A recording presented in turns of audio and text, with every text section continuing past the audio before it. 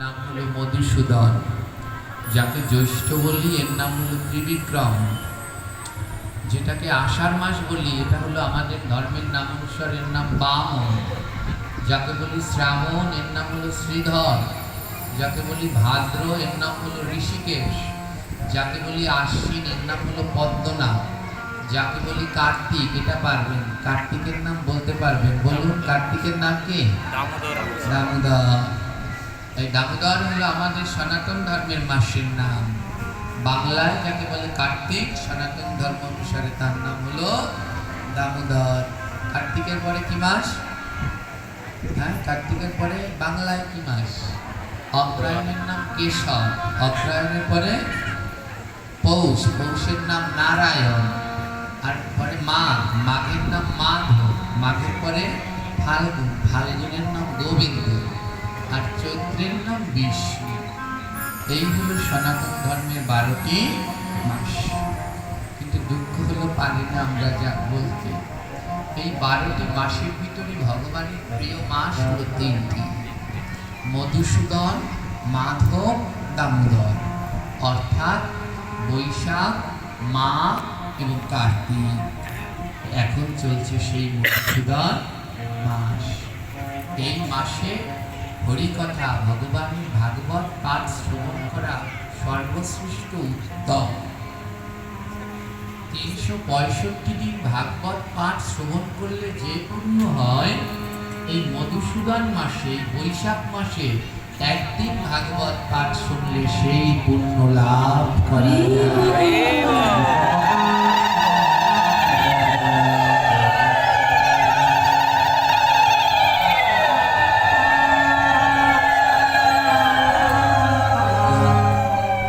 আজ আমরা সবাই ভাগ্যবান।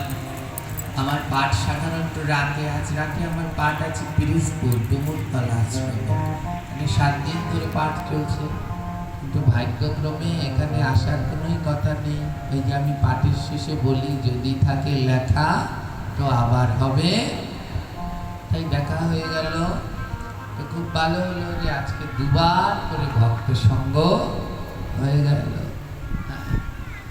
তো এই বৈশাখ মধুসূদন মাসে হরিকথা শ্রবণ করলে কি হয়? বললেন শুভম করতু কল্যাণম আরোগ্যম সুখ সম্পাদন। এই মাসে হরিকথা ভাগবত পাঠ শ্রবণ করলে শুভ হয়, মানব জীবনের সমস্ত অশুভ দূর হয়ে যায়। এর জন্য এই মাসে মাস ব্যাপী ভাগবত পাঠ হয়। আপনারা কোন জেলায়? পিরিজপুর জেলায়। এই পিরিজপুরে শহরে 5 জায়গায় 1 মাস ব্যাপী পাঠ হয়।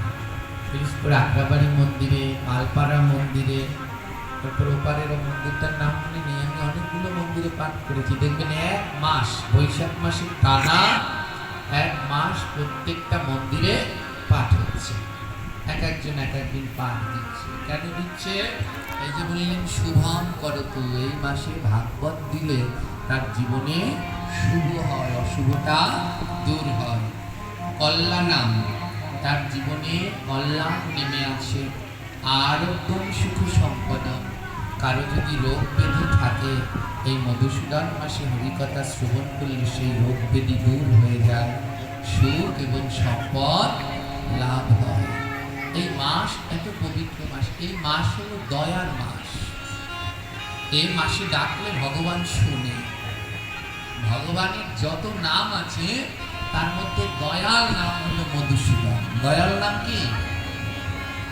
এ যদি কেউ জেনে ডাকে তাইলেও সাড়া দেয়, আর যদি কেউ না জেনেও মধুসূদন বলে ডাকে তাহলেও সাড়া দেয়।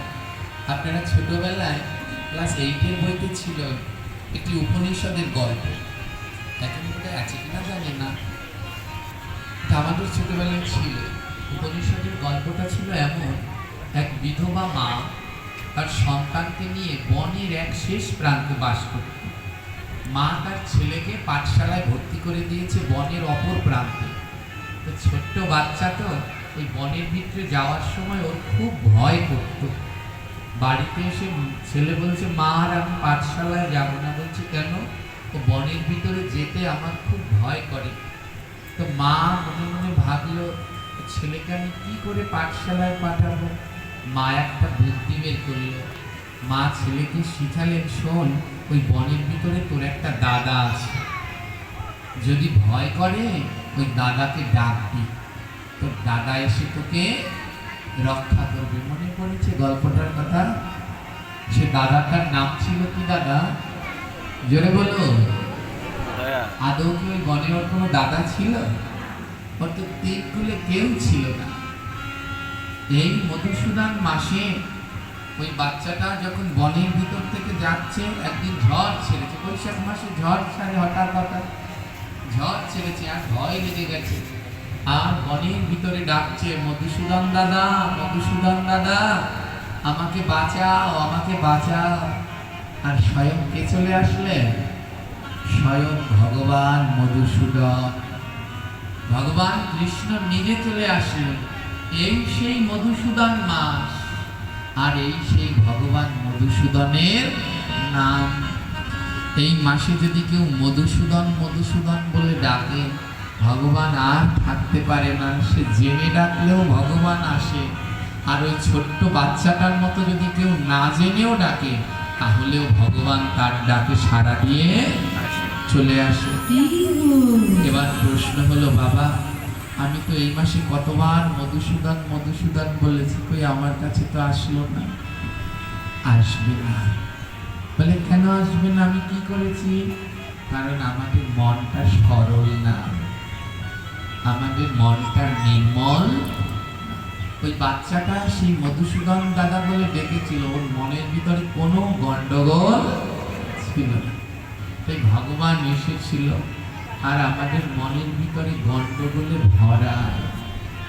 আমরা ভগবানকে যতটুকু ডাকি, 100-র ভিতরে 98 জন নিজের স্বার্থের জন্য, নিজের স্বার্থের জন্য ডাকি। বিশ্বাস করেন, এটাই সত্যি। হ্যাঁ, কুন্তি ভাগবতে পড়বেন, কুন্তির স্তুতি। ভগবান শ্রীকৃষ্ণ মাতা কুন্তি এবং পঞ্চপাণ্ডবের সাথে ছিলেন, দীর্ঘকাল ধরে ছিলেন। পঞ্চপাণ্ডবরা যখন বনে বনে জঙ্গলে জঙ্গলে ঘুরেছে, তাদের এত আত্মীয় স্বজন, এত সেনা সামন্ত কেউ ছিল না, কিন্তু তাদের সাথে ভগবান কৃষ্ণ ছিল। যখন দ্রৌপদীর কাছে সেই দুর্বাসা মুনি তার 1000 শিষ্য নিয়ে আসলো, খাবার চাইল। দ্রৌপদীর ঘরে সেদিন কোনো খাবার ছিল না, একটা অন্ন ছিল। সেই অন্নটা গোবিন্দকে দিয়ে ডেকেছিল। সেদিন যে গোবিন্দ এসেছিল, কোনো খাবার ছিল না, কিন্তু তাও গোবিন্দ এসেছিল সেদিন। সেদিন পঞ্চপাণ্ডবদের কোনো রাজ্যপাট ছিল না, তারা মাটিতে ঘাস বিছিয়ে ঘুমাতেন, তাদের সাথে গোবিন্দ ঘুমাতেন একসাথে। আজ কুরুক্ষেত্রের যুদ্ধ হলো, যুধিষ্ঠির রাজা হলো, দেশে শান্তি হলো, তাদের কোনো খাবারের অভাব নেই, বস্ত্রের অভাব নেই, দ্রৌপদীর বস্ত্রহরণ হলো, ভগবান এসেছিল। যদুগৃহে আগুন লাগলো, ভগবান নিজে এসে পঞ্চপাণ্ডবকে রক্ষা করল। আজ হস্তিনাপুরে যুদ্ধের শেষে শান্তি। যুধিষ্ঠির হলেন রাজা, কুন্তি হলেন রাজমাতা, হাড়ি ভরা অন্ন বস্ত্র, কোনো অভাব নেই। ভগবান শ্রীকৃষ্ণ সবাইকে ডেকে, মা কুন্তি হলেন ভগবান কৃষ্ণের পিসি, ভগবান শ্রীকৃষ্ণের পিসি হলেন কুন্তি। ভগবান শ্রীকৃষ্ণ কুন্তিকে ডেকে বললেন, পিসিমা এবার আপনাদের আর কোনো দুঃখ নেই, এবার আমি যাই। এবার আপনাদের আর কোনো দুঃখ নেই, আপনার ছেলে রাজা হয়েছে, আপনি হয়েছেন রাজমাতা। দ্রৌপদীর আর এখন বস্ত্রের অভাব নেই, অন্নের অভাব নেই, সব পরিপূর্ণ, আমি এবার যাই। যখন ভগবান কৃষ্ণ রওনা দিয়েছেন, সবাই হাউমাউ করে কাঁদতে শুরু করে দিয়েছে। এই জগতে যার কাছে কৃষ্ণ আছে তার সব আছে, আর যার কাছে ভগবান নেই তার কোটি টাকা থাকলেও তার কাছে কিচ্ছু। দুর্যোধন আর অর্জুন যখন গেলেন কৃষ্ণের কাছে যুদ্ধে সাহায্যের জন্য। ভগবান কৃষ্ণ বললেন, এক পাশে 10 লক্ষহীনী নারায়ণী সেনা, আরেক পাশে আমি একা, কাকে নেবে? দুর্যোধন বললেন, আমি ওই নারায়ণী সেনা নেব। আর অর্জুন বললেন, কৃষ্ণ আমি তোমায় নেব। বলে, যার কাছে কৃষ্ণ আছে তার কাছে 10 লক্ষ নারায়ণী সেনা কিছুই না। ভগবান কৃষ্ণ অর্জুনকে পরীক্ষা করছেন, আমি কিন্তু যুদ্ধ করতে পারবো না, আমি রথ চালাবো। বলে, তাও ভালো, কৃষ্ণের সঙ্গে তো থাকবো, আমি তোমাকেই নেব। আজ সেই কৃষ্ণ যখন রওনা দিয়েছেন, সবাই কাঁদছে।